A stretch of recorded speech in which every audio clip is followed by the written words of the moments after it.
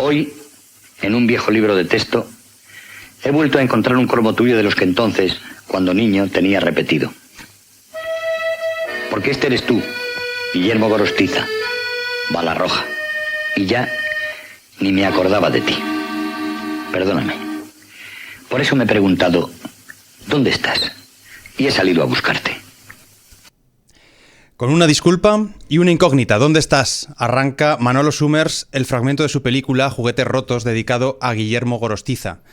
Estamos en 1966 y efectivamente hace mucho tiempo que no se sabe nada de un jugador esencial en los comienzos del fútbol español, uno de los grandes iconos del Athletic Club y también del Valencia, y quizá uno de los primeros futbolistas en saborear la cara amarga de la gloria, del triunfo y de la fama.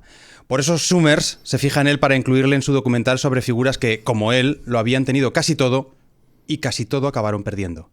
Como el boxeador Paulin Uzkudun o el torero Nicanor Villalta, bala roja Gorostiza acabará desfilando ante las cámaras para intentar regatear a su último rival, el olvido. Hola, soy Lartaun de Azumendi y este caso creo que me interesa. Más allá de los focos y la fama, de las victorias y el dinero, el fútbol cuenta también con su lado oscuro. Yo soy Aitor Lagunas y esto es Brazalete Files, de Panenka Podcast y Radio Primavera Sound, con la colaboración de Estrella Damm. Es un placer saludarte, Lartaun. Es un placer coincidir contigo aquí en Brazalete Files y además para abordar una figura, creo que bastante reseñable en los años 30 y 40 de nuestro fútbol y sobre todo del equipo con el que de manera más inmediata lo podemos identificar, que es el Athletic Club, que tiene una narrativa muy poderosa y que tú conoces perfectamente. Sí, señor Aitor, el placer es mío. Hacía tiempo que... Bueno, voy a decir que soñaba, ¿no? Pero que sí pensaba que si algún día tendría un lugar en este podcast tan maravilloso como es Brazalete Negro. Y qué mejor que tratar un caso como el de Guillermo Gorostiza, ¿no? Guillermo Gorostiza, yo siempre digo que en el fútbol español, hasta hoy mismo, los tres grandes extremos izquierdos empiezan por G: Gorostiza, Gainza y Gento.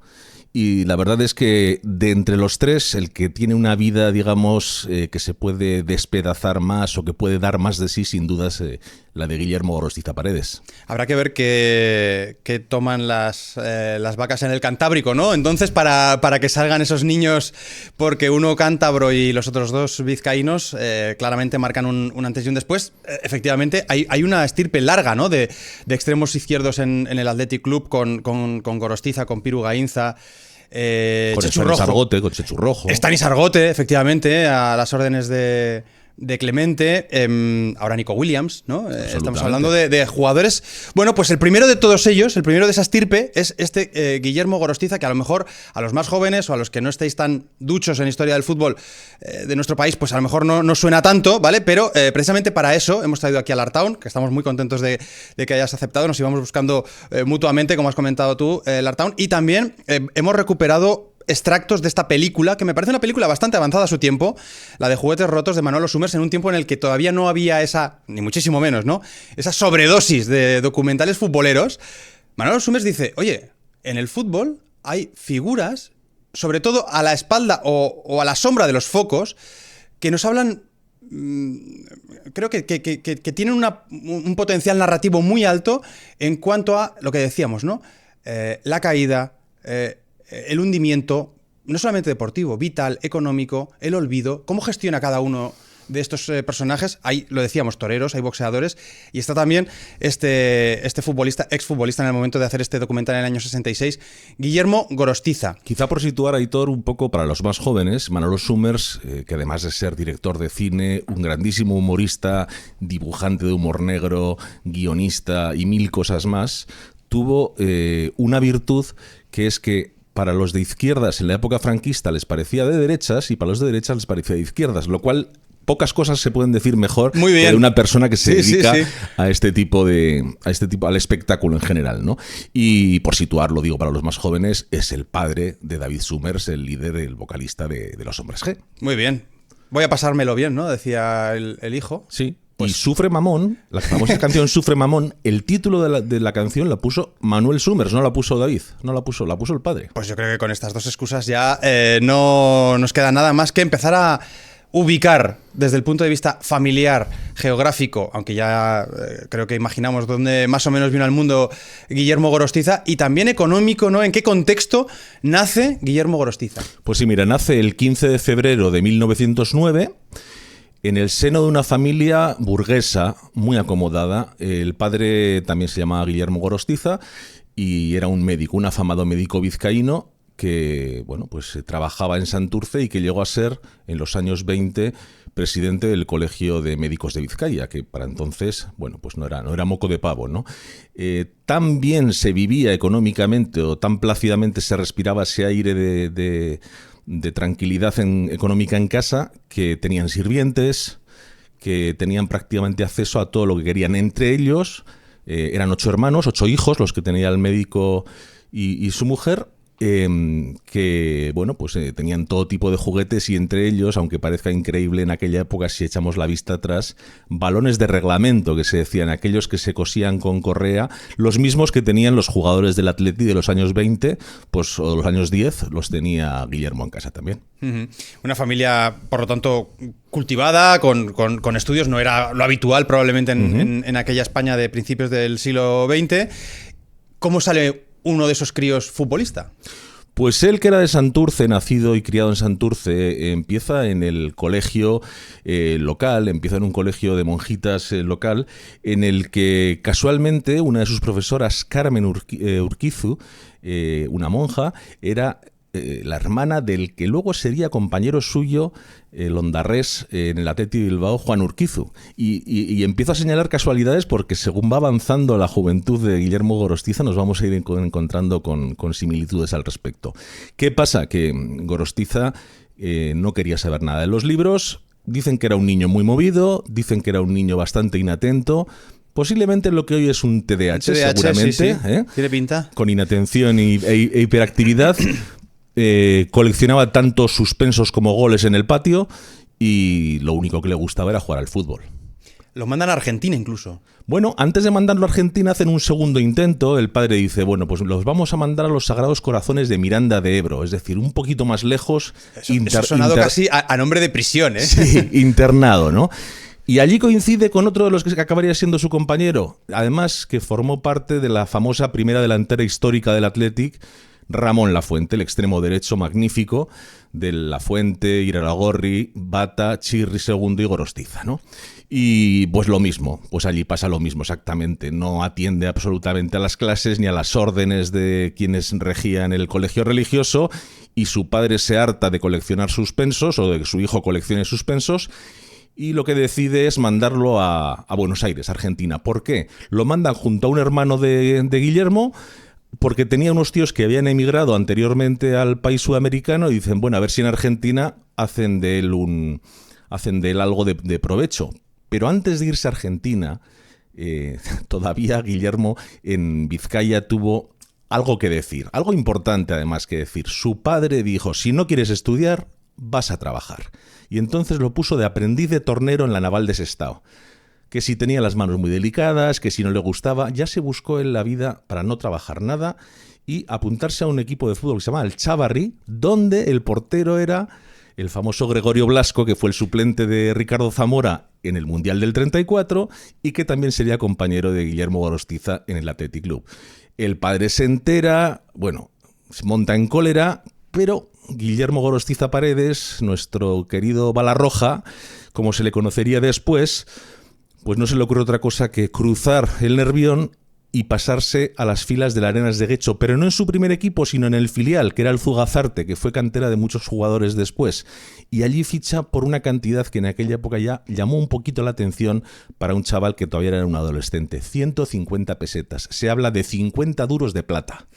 Y de ahí, evidentemente, ya cuando el padre se le hincharon un poco las narices, fue cuando lo mandó a Argentina. O sea, que intentó mandarlo a Miranda, intentó después probar a inocularle ahí el valor del trabajo. El valor del trabajo y no lo consiguió ni siquiera en una naviera y acaba en Argentina, donde tú me comentabas antes que probablemente sea allí donde empieza a generar esa adicción con el alcohol que luego va a estar tan presente en su vida. Sí, bueno, lo mandan donde sus tíos y él, claro, llega allí a Buenos Aires, empieza a situarse. visita el barrio de La Boca, que no tenemos que explicar a los amantes del fútbol lo que es, pues locales de baile, el tango por supuesto, la bebida por las noches, las mujeres de mala nota. Dicen que sus tíos lo veían solamente por las mañanas y dormido en la cama después de auténticas borracheras nocturnas. Y hartos de él, a los pocos meses, su tío lo manda para España otra vez. Bueno, tremendo. O sea que a la tercera tampoco consiguen enderezar a Balarroja, que cuando regresa a la península lo que hace es seguir jugando al fútbol, pero no en el Athletic, sino en el Racing de Ferrol. Sí, porque tenía que cumplir con el servicio militar obligatorio, le toca la marina en el Ferrol, le toca por lo visto el servicio de cocina, a pelar patatas, se suele decir, pero claro, siempre había un balón por ahí. Y entonces empieza a dar toques al balón y la gente ve que Guillermo Gorostiza es algo serio. La toca. La toca y la toca muy bien. De hecho, se juega un partido contra, me parece que es, no estoy seguro, pero creo que es el Español de Barcelona, si no me equivoco. Hace un gol a Ricardo Zamora, aquello llama muchísimo la atención porque Zamora era el divino en aquella época. Y bueno, pues el Racing de Ferrol hace una componenda y dice, vamos a relajar con los oficiales del momento en el ejército, vamos a relajar la mili de Guillermo Gorostiza a cambio de que pueda representar los colores del Racing Club de Ferrol.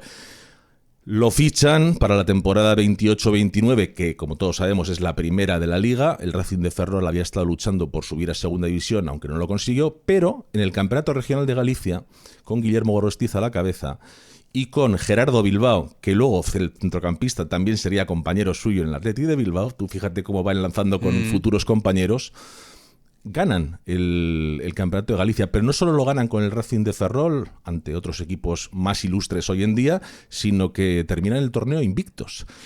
Y juegan también la Copa del Rey. En la Copa del Rey eliminan nada más y nada menos que al Alavés y se enfrentan al Athletic Club, al equipo de su tierra, que los elimina, pero que ya llamó la atención. Y entre que los llamó la atención y que su compañero de los Sagrados Corazones de Miranda de Ebro, Ramón Lafuente, ya era el extremo derecho del Atleti, Lafuente convence a los directivos del Atleti de que ese Guillermo Gorostiza tenía que volver a Bilbao. Bueno, tremendo. Así que se produce ese fichaje de la manera, diríamos, más antigua que se conoce en el mundo del fútbol, que es viendo a un jugador que destaca en las filas de un rival, ¿no? Exacto. En tiempos previos al Big Data esto era lo más habitual. Este chico me gusta y encima coincide, ¿no? que es de la tierra, con lo cual ahí se empieza a fraguar ese fichaje de Guillermo Gorostiza Paredes por el Athletic Club, un Guillermo Gorostiza que todavía es muy joven. Vamos a escuchar un fragmento de cómo era cuando tenía ese vigor de la juventud. Y dentro de 15 días nos enfrentaremos con el 11 del Deportivo Locomotor, nuestro eterno rival, y les machacaremos. Valemos más que ellos y tenemos más coraje y más nervios, porque nosotros estamos más altos, en el espacio, mientras que ellos van a arrarle tierra.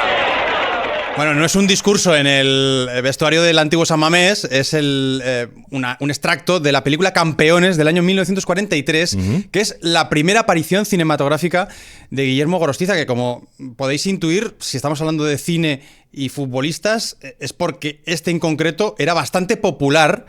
Pero insisto, esta es una película del año 43, ahora estábamos hablando de finales de los años 20, cuando se vuelve a sentar otra vez en Bilbao y ahora ya con la camiseta Zurigorri. Sí, en el año 29, cuando termina esa campaña de 28-29 con el Racing Club de Ferrol, el Athletic lo ficha, pero como ocurría en aquella época donde las reglas o las normas todavía no estaban del todo claras, a veces difuminadas, el Arenas de Guecho se da cuenta que el Athletic quiere fichar a Guillermo Gorostiza y dice, que antes de que se marchara a Argentina, este era de mi filial, del Zugazarte.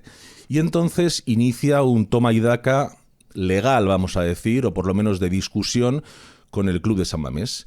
Y al Atleti le cuesta un montón. Al final tiene que ceder y la recompensa para el Arenas, que había sido el eterno rival del Atleti durante el sobre todo los primeros 25 años del siglo, se lleva al Arenas un partido amistoso del Atleti en los campos de Ibaiondo, del Arenas, y la nada despreciable cifra de 21.500 pesetas de la época.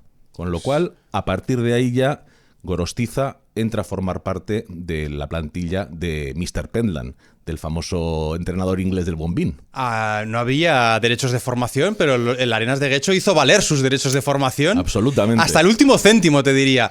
4 ligas y 4 copas. ese Athletic Club durante los últimos años de la monarquía / dictadura de Primo de Rivera y ya durante todo el periodo de la Segunda República. Sí, desde la Segunda Liga, que gana el Athletic de Bilbao y que además consigue el primer doblete de la historia de España, Liga y Copa, desde la 29-30 hasta la 35-36, que irrumpe la cruenta guerra civil, tiene lugar el mejor Athletic Club de la historia.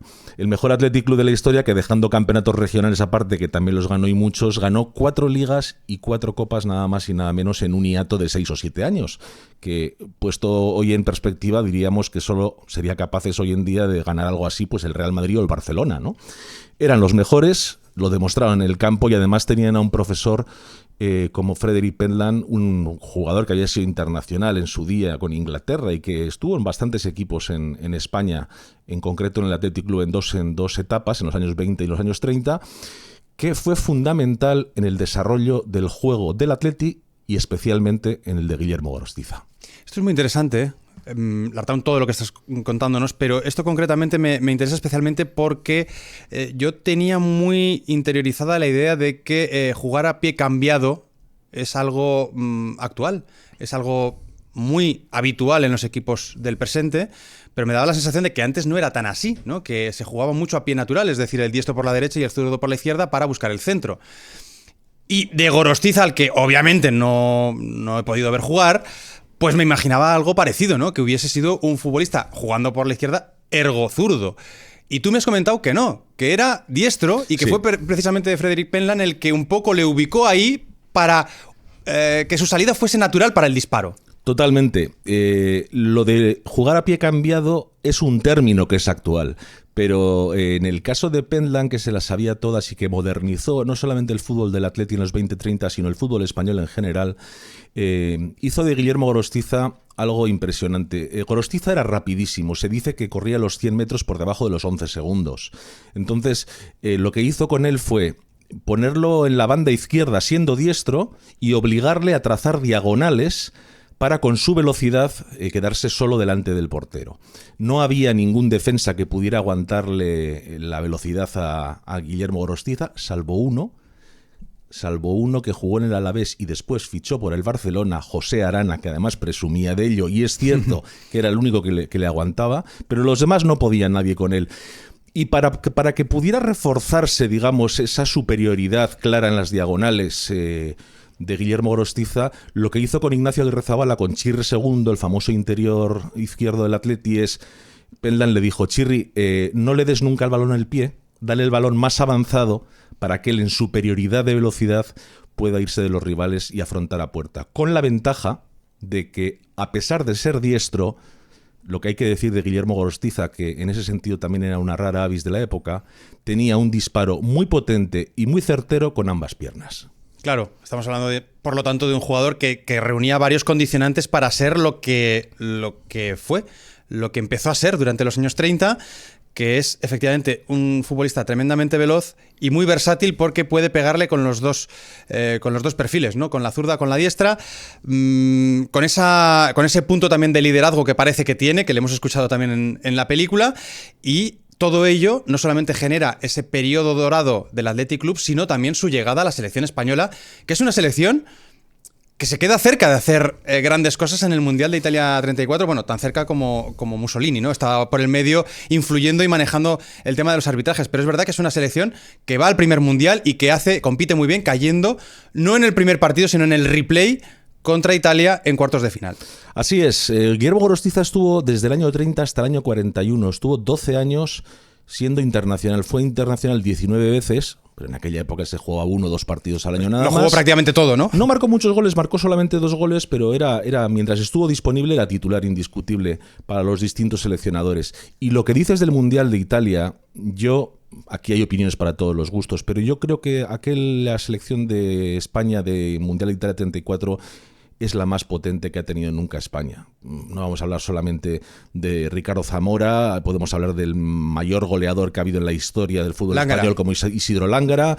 Puedo estar bastante de acuerdo con esta afirmación. Un Pepe Muguerza, que era una maravilla jugando en el medio centro. Martí Vantolra. Martí Vantolra, que lo acabó en México también.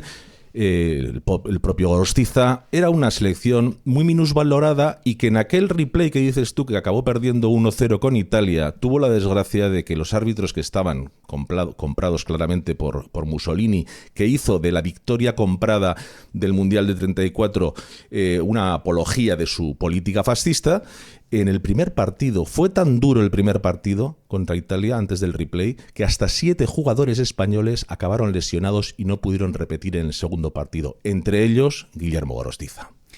Estaba a punto Guillermo, y no solamente Guillermo, sino prácticamente todos los españoles, ¿no?, de escribir un doloroso paréntesis en sus biografías. La guerra civil iba a pararlo todo, incluso l'Artown, incluso el fútbol. Estás escuchando Brazalete Negro, el true crime del fútbol. Ahora con 2 capítulos al mes y una newsletter semanal. Suscríbete en brazaletenegro.com. Y llegó la guerra, que había que defender lo que teníamos que defender. Y tuve que dejar todo para ir al frente. Me fui un tercio de requetés voluntario, como iba otro hermano voluntario, otro hermano también voluntario. Éramos 4 y los 4 estábamos en tierra, mar y aire. 2 en tierra, 1 en el aire, que se quedó en tierra con 20 años en Villanueva de Córdoba. Mi hermano José Manuel, que es lo que más tengo clavado en mi vida de la guerra. Esto sí es de juguetes rotos. Este sí es el Gorostiza ya pues más mayor. Cincuentón. Más en plena decadencia. Ahora abordaremos ese último periodo de este jugador. Pero nos quedamos concretamente de este punto intermedio, ¿no? Ya ha lanzado su carrera y se ve interrumpida por la experiencia bélica que relataba a Manolo Summers. Llama la atención, o quizá no tanto, porque estamos todavía año 66 en plena dictadura franquista, que él no hace ningún tipo de alusión a que la guerra él la comienza enfundándose la camiseta de la selección de Euskadi en su gira por diferentes países. Sí, hay que explicar esto, porque además yo creo que merece la pena poner los puntos sobre las íes y además hacer una salvedad quizá en favor de Gorostiza por cómo se ha hecho el relato siempre. Y me explico. El equipo del Euskadi, que en realidad no era la selección de Euskadi, aunque algunos lo consideran así, yo prefiero llamarlo, ya habrá otra ocasión si es que la hay para explicar lo del equipo del Euskadi, reunía por idea de José Antonio Aguirre, el lehendakari en aquel entonces, y exjugador del Athletic Club, y exjugador del Athletic Club en los años 20, reunía a prácticamente todos o casi todos los mejores jugadores vascos de la época.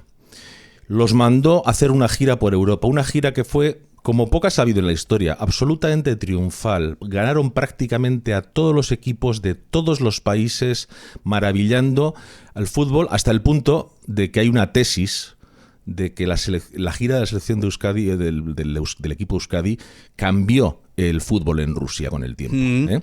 Gracias, bueno, sobre todo a un mediocentro que jugó en el Athletic de Bilbao.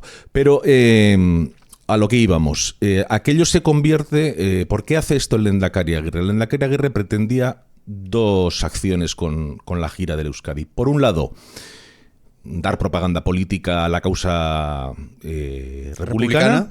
Y por otro lado, recaudar fondos para aquellos niños expatriados que tuvieron que salir corriendo en barcos generalmente del País Vasco y que acabaron algunos en hospitales y demás, bueno, para que estuvieran atendidos económicamente. Algunos al sur de Inglaterra, otros se fueron incluso hasta la Unión Soviética. Correcto. Entonces, esta gira, como digo, fue en lo deportivo brutalmente exitosa. En lo económico no estuvo mal. Y en lo político, pues habrá quien dirá que tuvo más éxito y habrá quien dirá que menos. La verdad es que era difícil que en una guerra que afectara solo a España, en toda Europa, en lo político tuviese mucha repercusión. Pero allá por donde pasaban, los medios de comunicación sí que daban cuenta de lo que estaba pasando en España. Entonces llega un momento en que después de un montón de partidos, 20 y tantos o 30 y tantos partidos, vuelven a Francia, que es de donde habían empezado la gira en París, vuelven a Francia a descansar y a ver qué quería el gobierno vasco de ellos a partir de entonces. Cabe destacar que el franquismo, ya situado en Burgos, da una orden, digamos, que levanta una especie de amnistía para aquellos jugadores que antes del 31 de diciembre de 1937 volvieran a España se les perdonaba haber desertado. En ese sentido, los compañeros del Euskadi de Perico Virichinaga, masajista del Atleti y masajista del Euskadi, y Roberto Echeverría, la pareja de Pepe Muguerza, en el medio centro de la selección del equipo de Euskadi, los conminan a volver a su tierra. ¿Por qué? En el caso de Perico, que era mayor, mujer e hijos en Bilbao, había caído Bilbao, y entonces dice, bueno, oye, deberías ir a hacerte cargo de tu familia. En el caso de Roberto Echevarría, que era de Eibar, se había casado recientemente y además sufría una dolencia en la espalda que finalmente hizo que nunca más pudiera volver a jugar a fútbol. Pero había un tercero que desertó, y este fue Guillermo Gorostiza. Guillermo Gorostiza había tenido, dicen, una bronca bastante importante con un grandísimo jugador vasco que se llamaba Luis Regueiro, que fue interior del Real Madrid junto con su hermano Pedro Regueiro en los años 20-30. Luis Regueiro era un ferviente nacionalista vasco y, Gorostiza en su casa había vivido una mentalidad política más carlista, más católica, españolista, por así decirlo, y después de aquello algunos dicen que con la excusa de ir a visitar a un tío a París y otros que sin decir ni mu desaparece y se planta en Bilbao. Desaparece en la concentración, creo que estaban en una localidad cerca de París. Correcto. Barbizon. Me los imagino ahí en un hotel y de repente, oye, que falta Gorostiza. Que por cierto sería una tónica habitual durante toda su carrera. Claro. ¿Dónde está Gorostiza? ¿Dónde se ha metido Guillermo? ¿Dónde se ha metido Guillermo? Efectivamente vuelve a España, vuelve a Bilbao. Y en Bilbao, curiosamente, a pesar de ser, digamos, carlista y de querer unirse al bando nacional, los nacionales lo apresan. Sería su compañero de delantera, de la primera delantera histórica del Atleti, Agustín Sauto Bata, conocido por todos como Bata, un gran goleador del Atleti que marcó 208 goles en 208 partidos oficiales. Buah, tremendo. El que, siendo como era nacionalista vasco ferviente, le sacó la cara ante las autoridades de la Junta de Defensa de Bilbao diciendo no os equivoquéis, Gorostiza no es un rojo, Gorostiza es un chiflao, Gorostiza lo que pasa que no tiene la cabeza muy en su sitio, dejadle. Y entonces lo dejaron libre y él, como dice en el corte que hemos escuchado de la película de Manolo Summers, lo que hace es apuntarse al tercio requeté Ortiz de Zárate y se va a pegar tiros a Teruel como se habían ido sus otros tres hermanos. O sea, debe de pasar un invierno del 37 al 38 con unas temperaturas siberianas, ¿no?, en esa batalla de Teruel. Y efectivamente es tan kafkiana la guerra, casi, bueno, sin el casi, tan berlanguiana, ¿no?, como vimos en películas como La Vaquilla, que una Berzale como Bata tiene que sacarle la cara a alguien que parece que está bastante de acuerdo con la idea, diríamos, del bando sublevado ante las autoridades franquistas, porque no se terminaban de fiar, precisamente porque venía, ¿no?, de haber representado a ese equipo del Euskadi. Puede resultar curioso, Aitor, pero detalles como este que tuvieron que ver con el pasado en el fútbol ocurrieron por toda España. Yo mismo tengo un amigo cuyo padre fue portero juvenil del Sporting de Gijón y cuando estaba en el paredón y lo iban a fusilar, le reconoció, uno de los fusileros lo reconoció y lo sacó de la fila y bueno, pues pudo casarse y mi amigo es mi amigo gracias a que no lo fusilaron. Fue bastante habitual. Porque les unía más, digamos, la amistad del fútbol, el vínculo futbolero, que las divergencias políticas, ¿no? Mm-hmm. Así que acaba la guerra y tenemos de nuevo a Guillermo Gorostiza en los campos de España, una España que está recuperándose de ese impacto del conflicto. Va a durar muy poco con la camiseta del Athletic Club porque enseguida va a aparecer la salida, ¿no?, del Valencia, en donde también va a seguir ganando, va a seguir sumando ligas y copas. El Athletic hizo no es que hiciera una limpia, hizo una operación, digamos, talento. Claro, como el País Vasco cayó relativamente pronto en manos de los nacionales durante la Guerra Civil, el Athletic lo que hizo fue una operación talento en la que entre chavales de entre 15 y 18 años, entre los que estaban pues Pirugainza, Rafa Iriondo y demás, fueron pasando a formar parte de las filas rojiblancas. Y al volver a la competición, que la competición de Liga vuelve el año 39-40, aunque se había jugado una Copa del Generalísimo en la 38-39, de los que estaban en la plantilla de la 39-40 del Athletic, solamente 5 jugadores habían estado en el periodo preguerra. Entre ellos, Gorostiza. Claro, Gorostiza cuenta ya al final de esa temporada 39-40 con 31 años, que para la época no era moco de pavo. Pues tenía un poquito más de barriga que... Sus 31 años probablemente no eran Efectivamente. los 31 años de otro que se hubiera cuidado. Efectivamente. Y además, bueno, tenía un historial, iba a decir delictivo. Delictivo no, pero delictuoso por lo menos sí, en cuanto a sus juergas, a sus parrandas por la noche. Puedo poner un ejemplo de las que le ocurrió en Bilbao. En Bilbao, una vez, el año 34, antes de la guerra incluso, se coló en una fiesta del Hotel Carton de la Plaza Moyúa de Bilbao, estando concentrado allí con el Athletic, y se internó en una fiesta para la alta alcurnia de la sociedad bilbaína y confundió a un marqués de la época con el portero del hotel y le echó un platillo de caviar encima. Se montó un lío de tal calibre que la prensa se enteró y el Athletic lo multó con 500 pesetas de la época por la que había hecho. Claro, ya eran bastantes los años en los que desde que empezó en el Athletic y junto con la permisividad que al principio tuvo Fred Petland con los jugadores, Gorostiza había empezado a dejar una estela de grandísimo jugador, pero a la vez también de grandísimo juerguista. Son 2 ligas y una copa las que alzará con el Valencia en los años 40. A pesar de este punto ya cada vez, diríamos, más acelerado, ¿no?, en su espiral autodestructiva. Sí. Porque claramente se puede hablar de esta cuestión, ¿no?, cuando hablamos también de una adicción tan fuerte hacia el alcohol. Es en este momento, es en esta década, Lartaón, años 40, cuando Gorostiza vuelve a recibir, en este caso ahora una propuesta, pero cinematográfica. Lo que hablábamos, la película Campeones, que es poco más que una excusa, creo yo, no sé si coincides, Lartaún, para llevar a las pantallas pues a los Ricardo Zamora, Jacinto Quincoces, el propio Gorostiza, ¿no? Gente que yo creo que ya el fútbol, la industria del cine ya detecta que el fútbol arrastra a las masas, ¿no? Y de alguna manera... Fue un poco el precursor de la saeta rubia, ¿no? Del largometraje que protagonizó. De largometraje, sí. Alfredo y Estefano, y de los ¿no? ases buscan la paz, ¿no? Exacto. También con Cubalas, efectivamente son películas de los años 50. Pues antes de esto llega Gorostiza con Zamora, con Quincoces, a protagonizar Campeones. Eso sí, de todas las viejas glorias que salen en la película, solo hay una que se nos presenta como, efectivamente, un gran futbolista, pero también, o casi te diría que un mejor vividor. La vida es más alegre, desdicha de etiquetar. Sonríe más la noche, se alivia nuestras penas, se olvida los dolores y el cuello se te irrita, clavándote los picos de la pajarita.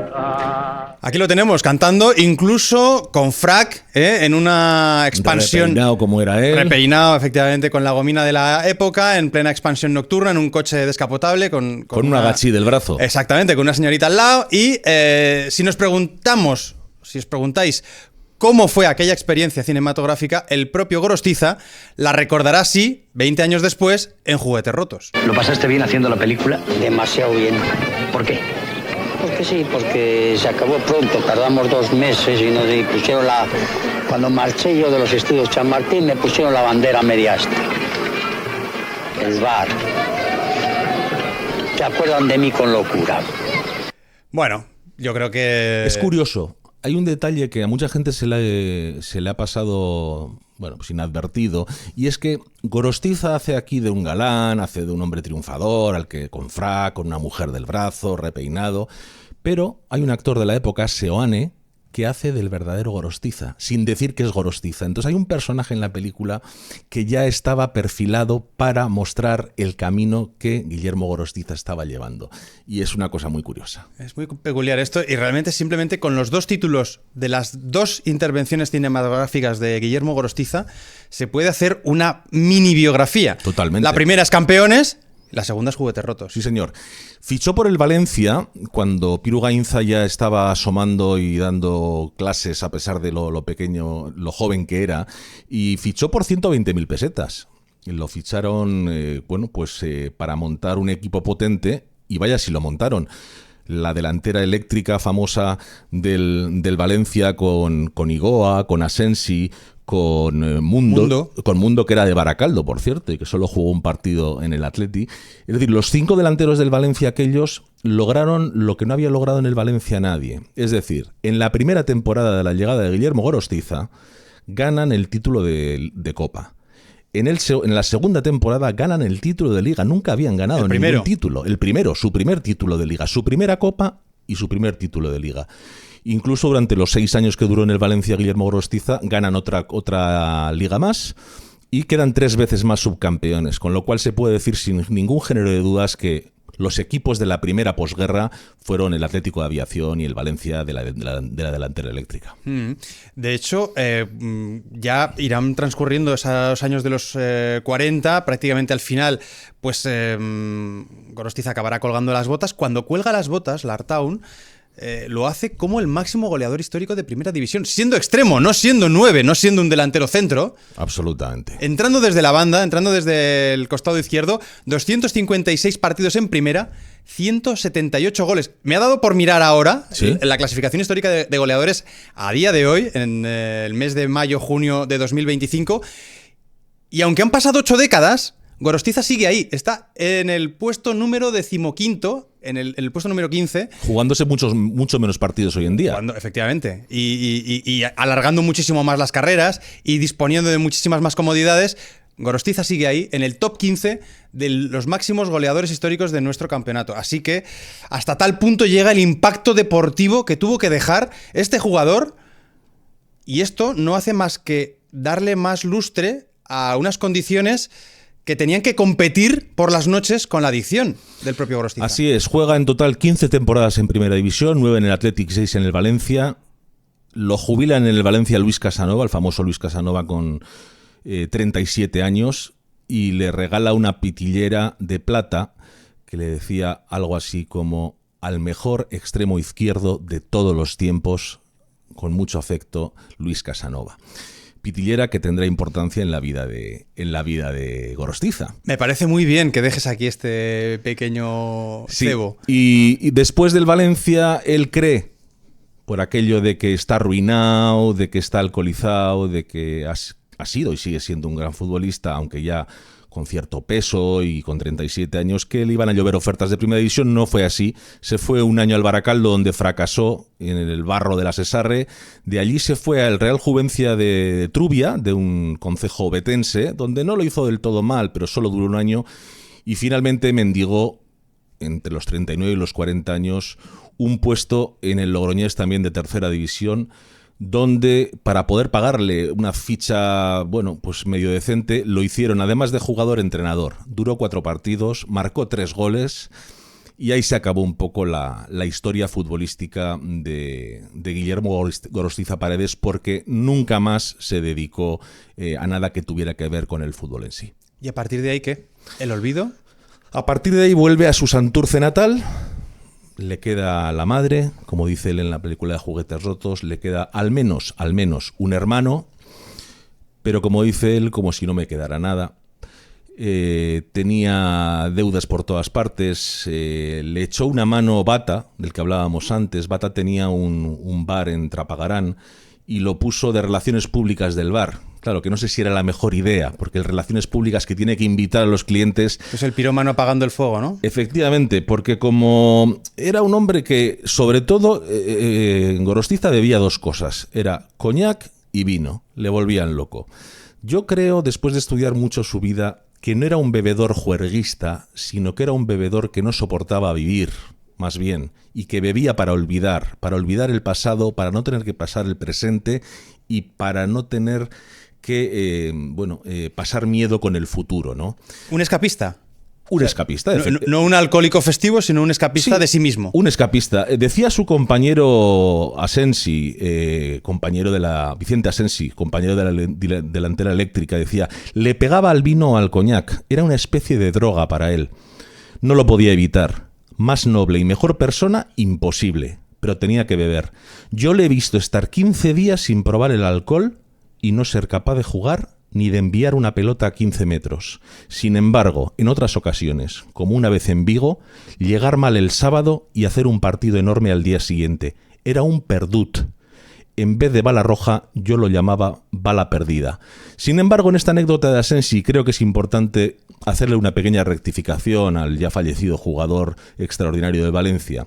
Vamos a contar cómo fue, porque fue todavía la anécdota va más allá. El Valencia llegaba al feudo del Sevilla para disputar los cuartos de final de la Copa en la primera temporada de Goros como Che. En el partido de ida, el Valencia había arrollado 8-1 a los sevillistas en casa con 4 goles del genio de Santurce. Por lo tanto, el partido de vuelta no era más que un mero trámite, que se lo llevó el Sevilla por 2-1, sin importancia. Y Gorostiza se fue de jarana por Sevilla, uno de sus lugares preferidos de fiesta. El autocar de Valencia partió hacia Vigo, donde debía disputar la ida de las semifinales coperas, y marchó sin el incorregible Guillermo, del que nadie sabía nada. Hay que constar que en aquella época y bastante después, la Copa se jugaba siempre cuando acababa la Liga. Al final de temporada. Meses de mayo, junio. Eso es. Entonces había entre el partido de Sevilla y el partido de Vigo, que eran el 1 y el 8 de junio, si no recuerdo mal, había una semana de plazo. Bueno, pues en esa semana de plazo nadie sabe nada de Gorostiza. Sale del rodar. Y el autocar del Valencia, para llegar a Vigo, se las vio y se las deseó, porque claro, en el año 41 de la posguerra, imagínate cómo eran las carreteras y los caminos de tierra. Y las comunicaciones, en España, ¿no? Como para avisar. Y las comunicaciones. Total, que estaban ya los jugadores en el campo del Celta de Vigo cambiándose, a escasos minutos de saltar al terreno de juego, cuando un empleado del club gallego entró sin llamar al camarín valencianista y dijo: oigan, que ahí hay un hombre con aspecto de pordiosero que insiste en que es Gorostiza. La verdad es que se le parece. Entonces Luis Colina, el directivo que había impulsado el fichaje de Balarroja por el Valencia, salió disparado hacia el exterior del estadio e hizo pasar a Guillermo Gorostiza al vestuario. Su aspecto era deplorable y, si por si fuera poco, no fue capaz de dar cuenta de cómo se había recorrido la península, pasando de un coche a otro y durmiendo Dios sabe dónde. Llorando como un niño pequeño, pidió perdón a sus compañeros y de rodillas imploró a Ramón Encinas, el entrenador valencianista, que lo dejara jugar. Los compañeros lo ducharon con agua helada y lo ayudaron a vestirse. Con el empate a 1 en el marcador, el pordiosero, que llevaba una semana perdido por España, sin recordar muy bien dónde ni cómo, marcaba el gol de la victoria del Valencia a falta de una veintena de minutos. Ese era Guillermo Gorostiza. Hay que ser muy bueno, ¿eh? Hay que ser muy bueno con esto del balón. Es que yo creo que Guillermo Gorostiza, y lo digo muy en serio, ha sido uno de los mejores futbolistas españoles de todos los tiempos. No sé en qué posición, pero desde luego está en el Olimpo de ellos. Sí, sin duda alguna. Y podríamos tirar un paralelismo quizá lamentablemente más conocido. Digo lamentablemente porque Gorostiza nos queda mucho más cerca, pero George Best. Pero a mucha gente le sonará el caso de George Best. George Best podía haber sido un Gorostiza, sí. En lugar de al revés, ¿no? Me da la sensación por la cronología, por la ¿no? cronología, desde luego, fue primero Gorostiza. Fue primero Gorostiza, sí. Pero tú fíjate, en aquella semana que desapareció, las que pudo armar Gorostiza. Se dice, o Luis Casanova decía, que le llegaron al club facturas de un tablao flamenco que destrozó Gorostiza junto con otra gente de 120.000 pesetas de la época, y que un sastre también pidió 20.000 pesetas al club Che porque Gorostiza había quemado en una hoguera una serie de trajes del sastre sevillano. Incorregible. Cualquier cosa. Summers llegó a preguntarse dónde estaba. Empezábamos así, de hecho, Lartown, con ese extracto, ¿no?, de Juguetes Rotos. ¿Dónde estás, Gorostiza? No es una manera de hablar, es que realmente Summers busca por Bilbao, pregunta a la gente dónde está Gorostiza, hasta que al final dan con él en un humilde sanatorio. Estás escuchando Brazalete Negro, el True Crime del fútbol. Ahora con 2 capítulos al mes y una newsletter semanal. Suscríbete en brazaletenegro.com. Hoy me han dado permiso para sacarte del asilo. Vamos, Gorostiza. Vamos a pasear un rato juntos y a que me cuentes cosas. Claro, Summers no se ahorra ni un ápice de lo que realmente es ese hundimiento vital de Guillermo Gorostiza, ¿no? Le saca del asilo, como dice. Hay otro momento en la cinta en la que viene a decir algo así como: he pedido fotos tuyas en una agencia de noticias, imagino que sería F, y solamente tienen 2 o 3 preparadas para el día en que te mueras. Summers, en su película Juguetes Rotos y en otras como del Rosa al Amarillo, juega a hacer un cine que en España yo creo que no se entendía, que podía ir un poco en la línea de la Nouvelle Vague francesa, y es muy descarnado. Entonces, teniendo en cuenta además que Guillermo Gorostiza era su ídolo de infancia, pues pasa de homenajearlo a pasar sus vergüenzas, ¿no?, delante de todos los espectadores. Yo creo que es muy interesante, ¿no?, como sin querer hacerle daño y tratándole bien, es capaz de sacar su alma y ver, y que todos viéramos, sin faltarle nunca el respeto, lo fastidiado que estaba un ídolo como Gorostiza, ¿no? Tan fastidiado como, por ejemplo, él mismo recordaba, él mismo explicaba en una declaración tremenda. ¿Y ahora cómo vive usted? ¿Qué le voy a decir de vivir? Pues vivir, pues tengo una madre, tengo un hermano y no tengo nada. Teniendo lo que tengo, no tengo nada. Y le ruego, no me pregunte sobre eso, porque no le voy a contestar. Lo que hablábamos antes, ¿no? El beber para escapar, el beber para tapar vergüenzas, dolores pasados, para no tener que enfrentarte con el mañana, ¿no? Además de lo que le ayudó Bata, que además le ayudó económicamente, y le ayudó económicamente para tapar, incluso cuando era jugador del Atleti, algunos apuros legales por apuestas importantes, porque Bata fue un hombre muy ahorrador y Guillermo Gorostiza era un manirroto de mucho cuidado. Se habla de que incluso una vez en Madrid con el Athletic llegó a estar 3 días de fiesta desaparecido, y cuando lo encontraron en una taberna de Chamberí se había gastado en 3 días en coñac todo el sueldo del mes. Pues claro, Guillermo Gorostiza, cuando llega a Santurce, a Bilbao, ¿qué hace?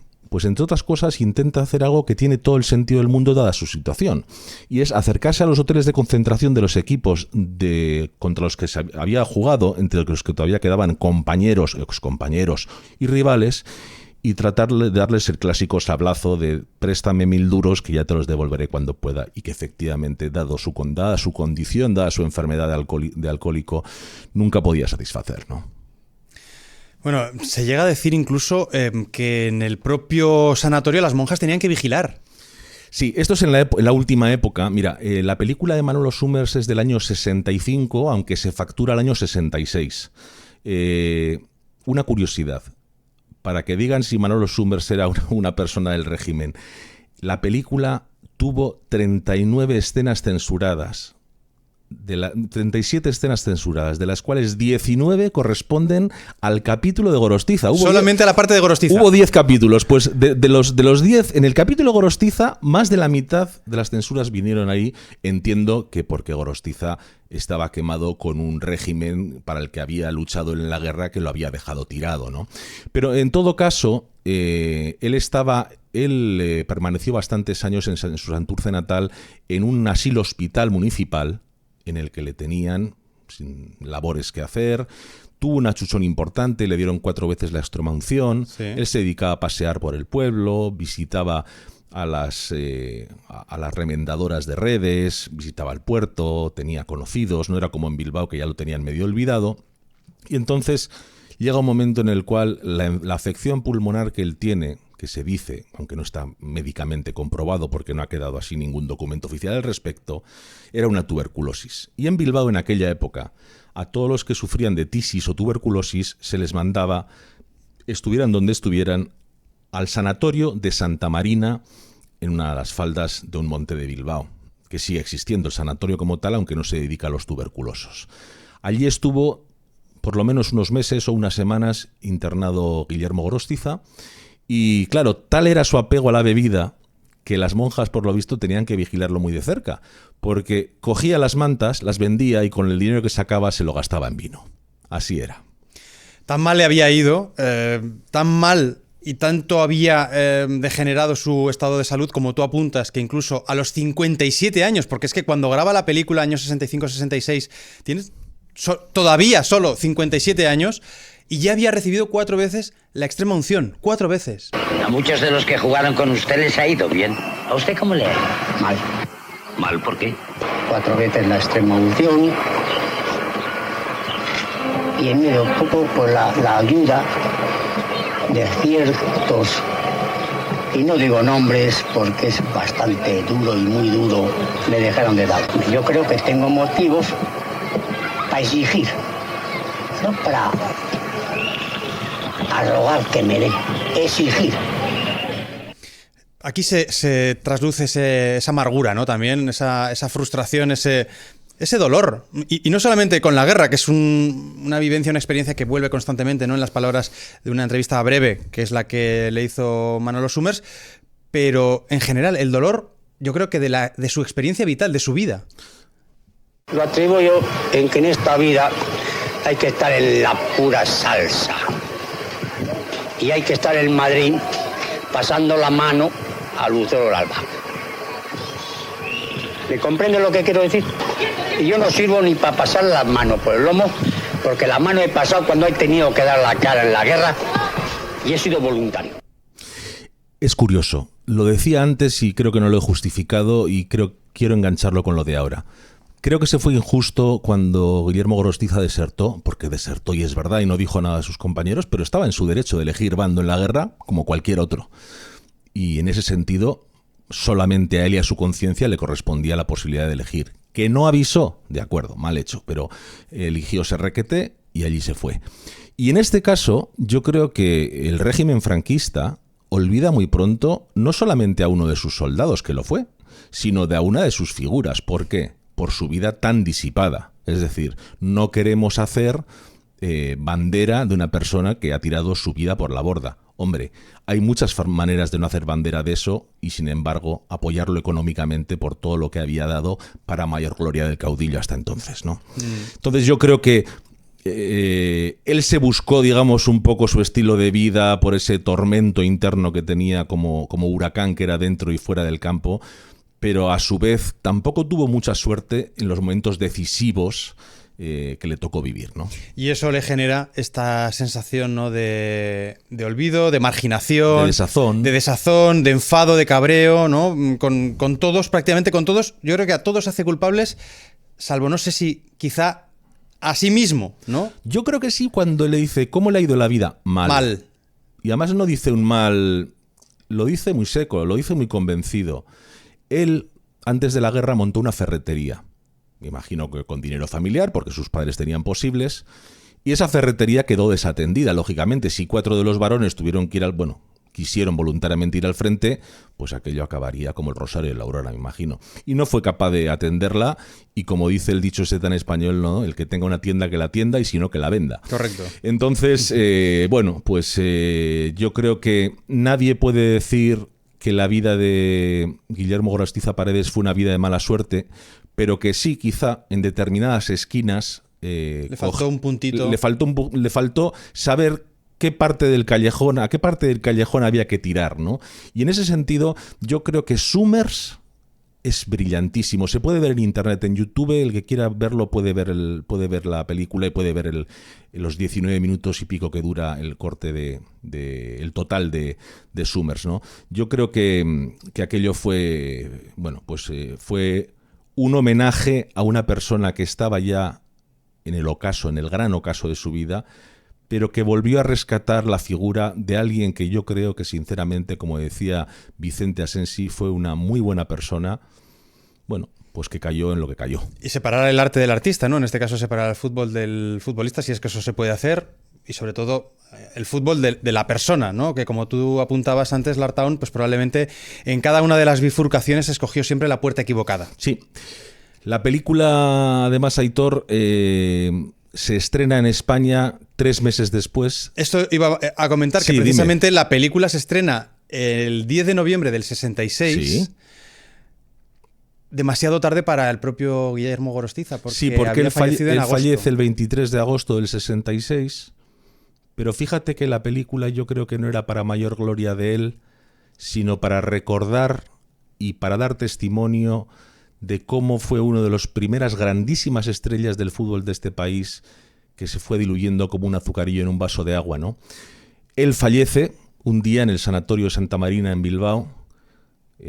No salía de la habitación, entra una monjita y ve que está encima de la cama, le toma el pulso, ve que no está vivo, avisa, y entonces, tratando de recoger las poquísimas cosas, pertenencias que seguramente no tendría ninguna Guillermo Gorostiza, la monja se da cuenta que debajo de la almohada está la pitillera que le había regalado tantos años antes Luis Casanovas, que decía: a Guillermo Gorostiza, el mejor extremo izquierdo del mundo, de todos los tiempos, suyo afectísimo Luis Casanova. Esta es la despedida de Guillermo Gorostiza, probablemente uno de los mejores jugadores de la historia de nuestro fútbol. En palabras del Artaun de Azumendía, al que te agradezco mucho, Artaun, tu paso por aquí por Brazalete Files, y desde luego te tomo nota para que volvamos a vernos quizá la temporada que viene. Cuando tú quieras, Aitor, y las gracias te las tengo que dar yo. Para hablar del equipo del Euskadi, por ejemplo, que me parece que es una epopeya monumental. Fantástico. Cuando hoy hemos quieras. hecho un pequeño aperitivo Apunte, con Guillermo Gorostiza, ya que hemos hecho tanta mención de la película de Manolo Summers, y yo me sumo a tu recomendación de que la vayáis a ver allá donde podáis, en YouTube, creo que está también en Amazon Prime, pues vamos a escuchar precisamente la despedida que hacía un niño que había sido fan, se dice ahora, ¿no? Que había tenido por ídolo a Guillermo Gorostiza, Manolo Summers, cómo se despedía de él en su película. Son las 8, Gorostiza.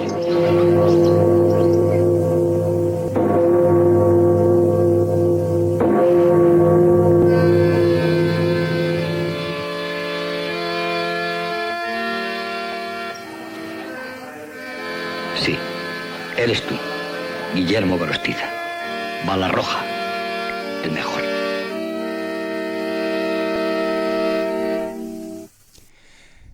Guillermo Gorostiza, el mejor. Creo que aquí podemos cerrar el caso de este jugador que pasó de bala roja a juguete roto. ¿Te parece, Artaun?